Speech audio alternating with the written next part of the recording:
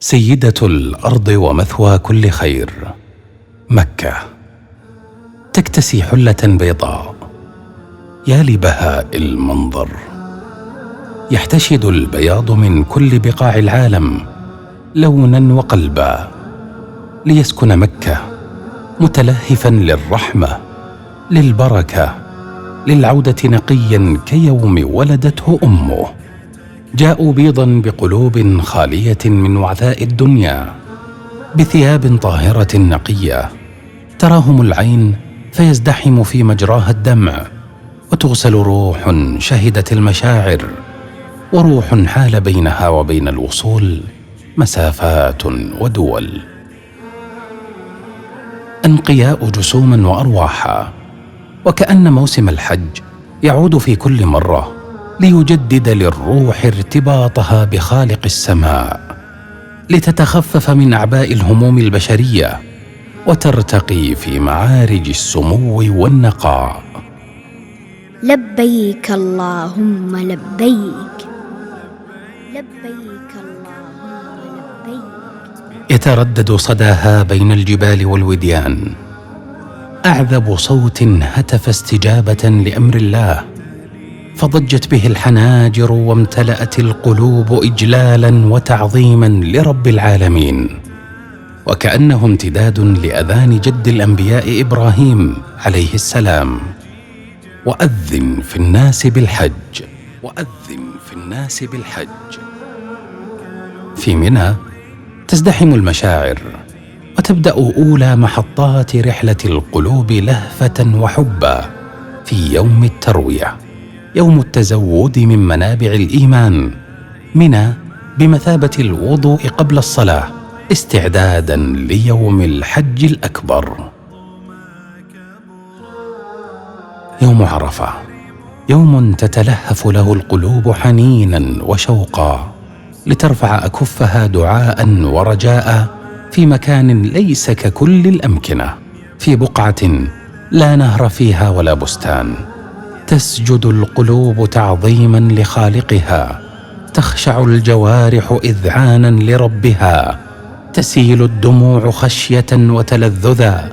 ينشغل أهل السماء بأهل الأرض، ينزل الله للسماء الدنيا عشية عرفة ليعتق برحمته جمعا غفيرا من عباده.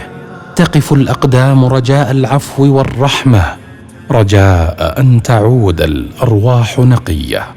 من حج فلم يرفث ولم يفسق، رجع من ذنوبه كيوم ولدته أمه. تتنزل عليهم رحمات الله، تنصب كشلالات باردة على ظمأ، حيث يباهي الله بأهل الأرض أهل السماء. وبعد أن تغيب الشمس تخفت الأصوات، ولا تسمع إلا همسا، لحظة يشعر فيها الداعي بأن الله استجاب له ورضي عنه، إذ يقول من عليائه كلمة النقاء المنشودة الكبرى: أشهدكم يا ملائكتي أني قد غفرت لهم. يبيتون الليل في مزدلفة، وقد زلفت أرواحهم إلى خالقها، استعدادا للفرحة الكبرى والغنيمة المباركة في اليوم التالي، يوم عيد الأضحى. يوم عيد الأضحى، يومها يحتفل أهل الأرض والسماء بتطهر قلوبهم، وتتجلى فرحة العيد كأجمل أعياد العمر وأحلاها. وهل ثمة فرحة أحب للقلب من فرحته برحمة الله؟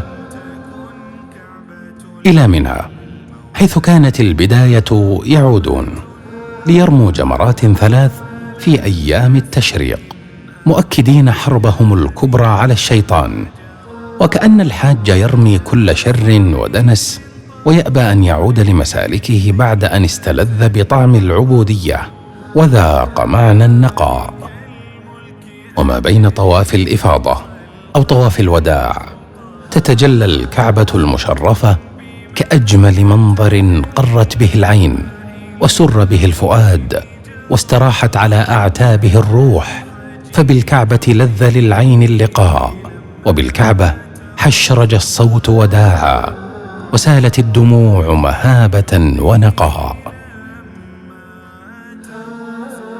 يا مكة النور، يا أنقى الأرجاء، الفرح فيك موصول بالسماء، والسعي على مشقته لذ رغم العناء. لقد عاد الحجيج منك بيض القلوب مغمورين بالنقاء.